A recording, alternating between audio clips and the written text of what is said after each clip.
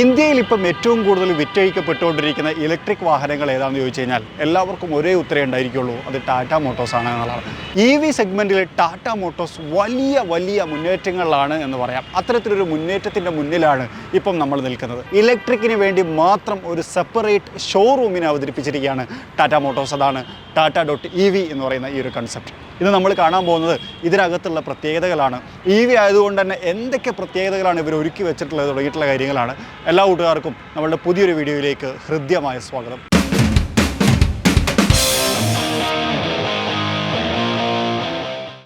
അകത്തേക്ക് വരുന്നതിന് മുമ്പ് ഒരു കാര്യം പറയാം. ഈ ഷോറൂം നിങ്ങൾ ശ്രദ്ധിച്ചിട്ടുണ്ടായിരിക്കും, ഫുള്ളി ഗ്ലാസ് ആണ്. അതായത് ഇതിൻ്റെ ചുറ്റിലും ഗ്ലാസ് ആണ് വെച്ചിട്ടുള്ളത്. അതിന് പ്രധാനപ്പെട്ട കാരണം എന്താണെന്ന് ടാറ്റ മോട്ടോഴ്സ് പറയുന്നത് പകൽ സമയത്ത് സൺലൈറ്റിൻ്റെ സൗകര്യം ഉപയോഗപ്പെടുത്തുക എന്നുള്ളതാണ്. അതായത് നമ്മൾ കുറച്ചും കൂടി സസ്റ്റൈനബിലിറ്റിനെ കുറിച്ചും അതുപോലെ തന്നെ പ്രകൃതിയെക്കുറിച്ചൊക്കെ പറയുമ്പോൾ പ്രകൃതിയുടെ ആ ഒരു കാര്യം കൂടി ഉപയോഗപ്പെടുത്തുക എന്നാണ് ടാറ്റ മോട്ടോഴ്സ് ഉപയോഗിച്ചതെന്ന് കൊള്ളാം.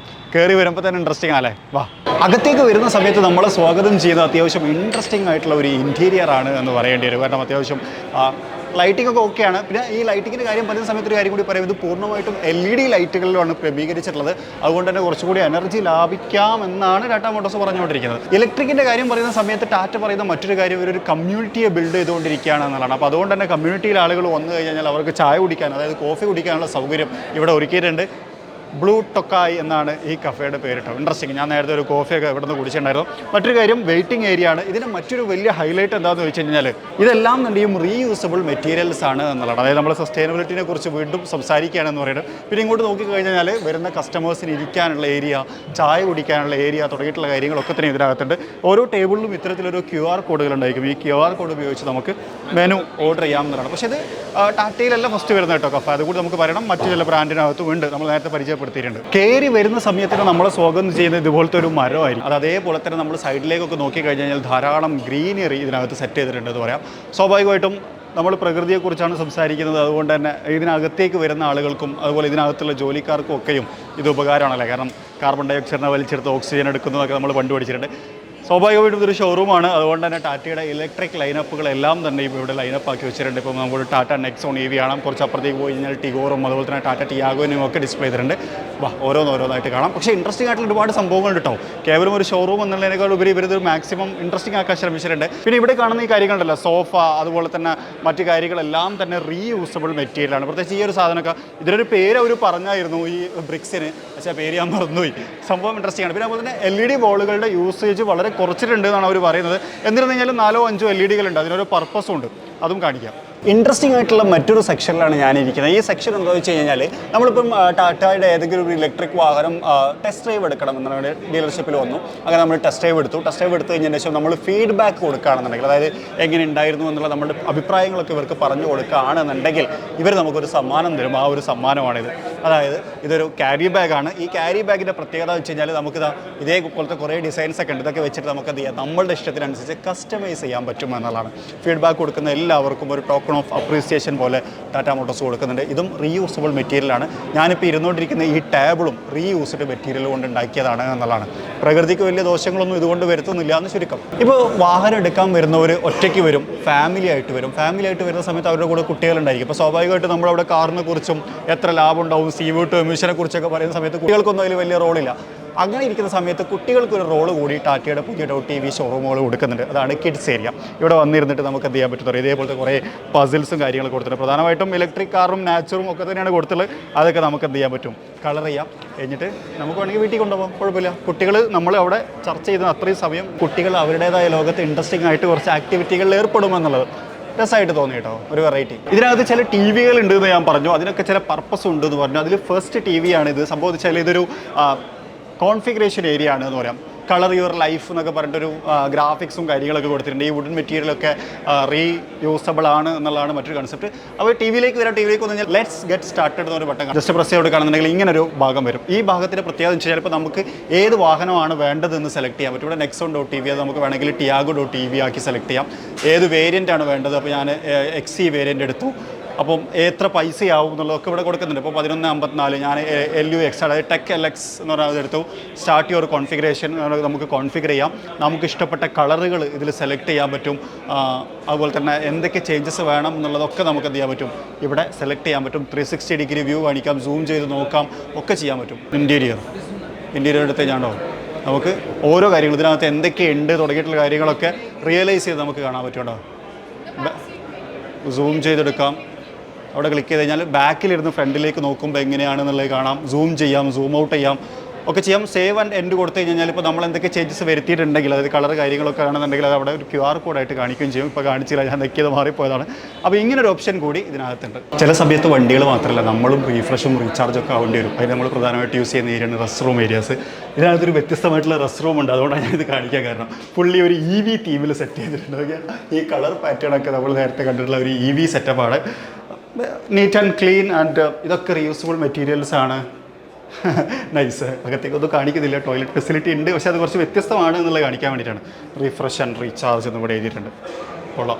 മറ്റൊരു കാര്യം, ഇവിടെ നമ്മളുടെ AC ഫാസ്റ്റ് ചാർജറിൻ്റെ ഒരു ഡെമോൺസ്ട്രേഷനും കൊടുത്തിട്ടുണ്ട്. ഇത് വർക്കിംഗ് മോഡൽ തന്നെയാണ്.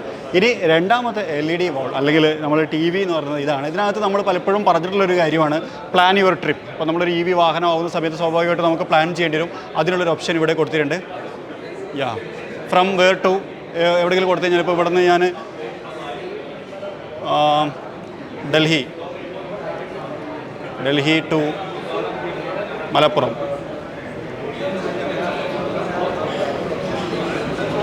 കേരള ഗെറ്റ് റൂട്ട് കൊടുത്തു കഴിഞ്ഞാൽ വലിയ റൂട്ടാണല്ലോ, നല്ല ദൂരം പോകാനുണ്ട്.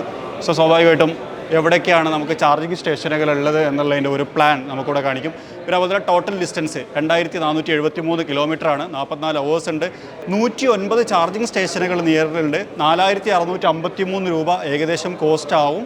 കാർബൺ ഇത്ര ഗ്രാം നമുക്ക് ലാഭിക്കാമെന്നുള്ളതായിരുന്നു. 4653 രൂപ എന്ന് പറയുമ്പോൾ ഞാനും ഫിറോസയ്ക്ക് അൻഫൽക്ക് ഡൽഹി ടു കേരള ഡ്രൈവ് ചെയ്തായിരുന്നു. ആ സമയത്ത് എനിക്ക് തോന്നുന്നു അറൗണ്ട് 50K അടുത്ത് 50,000 രൂപക്കുള്ള ഫ്യൂല് നമ്മൾ അന്ന് ഫില്ല് ചെയ്തിട്ടുണ്ടായിരുന്നു എന്നുള്ളതാണ്. ഇങ്ങനൊരു ഫെസിലിറ്റി ഉണ്ട്. ഇത് ആക്ച്വലി ഇവരുടെ വെബ്സൈറ്റിനകത്ത് ഉണ്ട് കേട്ടോ. നമുക്ക് ഇവിടെ തന്നെ വരണമെന്നൊന്നുമില്ല, വെബ്സൈറ്റ് ത്രൂ തന്നെ ചെക്ക് ചെയ്യാൻ പറ്റും എന്നുള്ളതാണ്. ഇനി ഞാൻ ബാക്കിലേക്ക് പോയി കഴിഞ്ഞാൽ രണ്ടാമത്തെ ചെക്ക് യുവർ സേവിങ്സ്.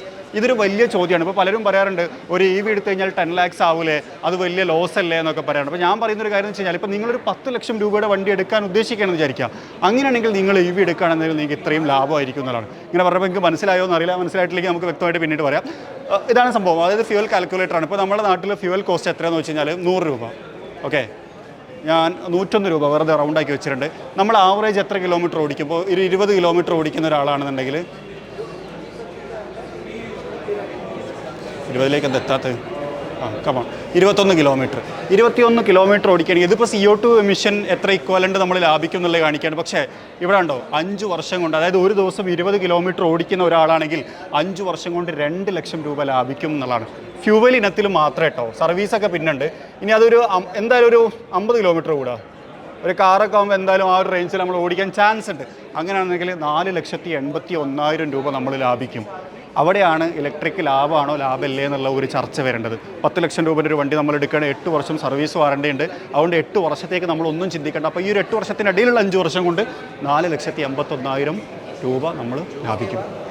ഇൻട്രസ്റ്റിംഗ് അല്ലേ സംഭവം? ഇവിടെ കുറേ മെർച്ചൻഡൈസും കാര്യങ്ങളും ഒക്കെ ചെയ്തിട്ടുണ്ട്. കുറച്ചുകൂടി ഷോറൂമിനെ ഭംഗിയാക്കുന്നു. അതുപോലെ തന്നെ ഒരു കമ്മ്യൂണിറ്റി എന്നുള്ളൊരു കോൺസെപ്റ്റ് വെച്ച് പറയുന്ന സമയത്ത് EV ഉപഭോക്താക്കൾക്ക് ഇൻട്രസ്റ്റിംഗ് ആയിട്ടുള്ള കുറച്ച് കാര്യങ്ങൾ കൂടി കൊടുക്കുന്നു എന്നുള്ളതാണ്. പിന്നെ ഇവിടേക്ക് നോക്കി കഴിഞ്ഞാൽ ഇവിടെ നമ്മുടെ ടിഗോർ EV ഡിസ്പ്ലേ ഇട്ടിട്ടുണ്ട് കേട്ടോ. ടാറ്റ ടിഗോർ EV, അത് നമുക്കിവിടെ കാണാം. നെക്സോൺ അവിടെയുണ്ട്. ഇതിനിടയിലൂടെ നിങ്ങൾ കണ്ടിട്ടുണ്ടായിരിക്കും അവിടെ ടാറ്റ ടിയാഗോ EV കിടക്കുന്നുണ്ട്. സ്വാഭാവികമായിട്ട് ഇതൊരു ഷോറൂമാണ്.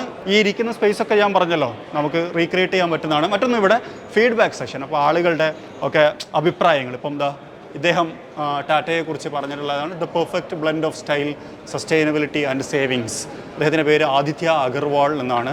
പിന്നെ ഇവിടെ ഒരു ചേച്ചിയുണ്ട്. ചേച്ചി പറഞ്ഞേക്കുന്നത് എന്താ വെച്ചാൽ the Nexon.EV's game changer for sustainable mobility. Ashish Arora എന്നാണ് അവരുടെ പേര്.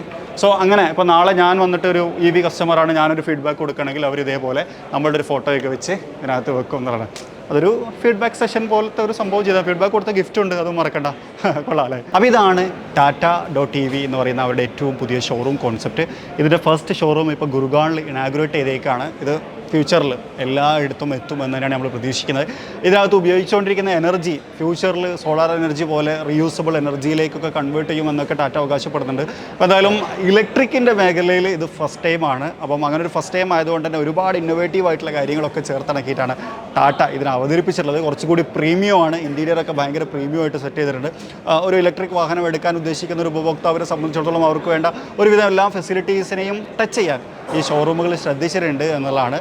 നീറ്റ് ആൻഡ് ക്ലീൻ ഇൻറ്റീരിയർ, പിന്നെ അതുപോലെ സൺലൈറ്റിൻ്റെ യൂട്ടിലൈസേഷൻ പോലുള്ള കാര്യങ്ങളൊക്കെ എനിക്കും കുറച്ചും കൂടി ഇൻട്രസ്റ്റിംഗ് ആയിട്ട് തോന്നി. അതേപോലെ തന്നെ ഡിസ്പ്ലേ, അതുപോലെ ആ കുറച്ചധികം ഫെസിലിറ്റീസൊക്കെ രസമായിട്ട് തോന്നി. അപ്പോൾ ഒരു വരുന്നൊരു കസ്റ്റമറിനെ സംബന്ധിച്ചിടത്തോളം അയാളുടെ എല്ലാ സംശയങ്ങളും പൂർത്തീകരിച്ച് പുറത്തിറങ്ങാൻ പറ്റുന്ന തരത്തിലാണ് ഈ ഷോറൂമുകളെ ക്രമീകരിച്ചിട്ടുള്ളത് എന്നുള്ളതാണ്. എന്തായാലും ഇലക്ട്രിക്കിൻ്റെ ലോകത്ത് ഞാൻ പണ്ട് പറഞ്ഞിട്ടുണ്ട്, എല്ലാവർക്കും ഒരു ഇലക്ട്രിക് വാഹനം വാങ്ങാം എന്നുള്ളൊരു തോട്ട് ജനറേറ്റ് ചെയ്ത് ടാറ്റ നെക്സോൺ EV ആയിരുന്നു. അത്തരത്തിൽ ബഡ്ജറ്റീവായിട്ട് കുറച്ചും കൂടി രസമുള്ള ഇലക്ട്രിക് വാഹനങ്ങളെ വാഹന വിപണിയിലേക്ക് കൊണ്ടുവന്നു. പിന്നെ ഒരു 10 ലക്ഷത്തിന് ടിയാഗോനെ ഇറക്കി. അങ്ങനെ ഒരുപാട് കാര്യങ്ങൾ ടാറ്റ ചെയ്തിട്ടുണ്ട്. അതിലേക്ക് ഒരു അടുത്ത സ്റ്റെപ്പാണ് EVക്ക് വേണ്ടി മാത്രം ഒരു സെപ്പറേറ്റ് ഷോറൂം എന്നുള്ളത്. അതിനെൻ്റെ എല്ലാവിധ ആശംസകളും. ഫ്യൂച്ചറിൽ, അതായത് ഇപ്പം ഇതിൻ്റെ കൂടെ തന്നെ സർവീസ് സെൻറ്ററുകളും സ്റ്റാർട്ട് ചെയ്യുമെന്ന് ടാറ്റ പറയുന്നുണ്ട്. ഫ്യൂച്ചറിൽ അതും കൂടി ഇതിൻ്റെ കൂടെ ആഡ് ഓൺ ആയി വരും. അപ്പോൾ അങ്ങനെയാണെങ്കിൽ EV എടുക്കുന്ന ആളുകൾക്ക് സെപ്പറേറ്റ് ഫെസിലിറ്റികൾ കിട്ടി തുടങ്ങും എന്നുള്ളതാണ്. അതും ഇലക്ട്രിക് വാഹന ലോകത്ത് നെക്സ്റ്റ് ഒരു കാൽവെപ്പ് എന്ന് തന്നെ അതിനെ വിശേഷിപ്പിക്കാം. അപ്പോൾ വീണ്ടും ടാറ്റ മോട്ടോഴ്സിന് എല്ലാവിധ ഭാവുകങ്ങളും നേർന്നുകൊണ്ട് ഷോറൂമിനെ കുറിച്ച് നിങ്ങളുടെ അഭിപ്രായം നിങ്ങൾ കമൻറ്റ് ചെയ്യുമെന്നൊരു പ്രതീക്ഷയോടുകൂടി ഈ വീഡിയോയുടെ അവസാനിപ്പിക്കുകയാണ്. മറ്റൊരു വീഡിയോയിൽ മറ്റൊരു വിശേഷവുമായിട്ട് കാണാം. അതുവരെ ചെറിയൊരു ബ്രേക്ക്.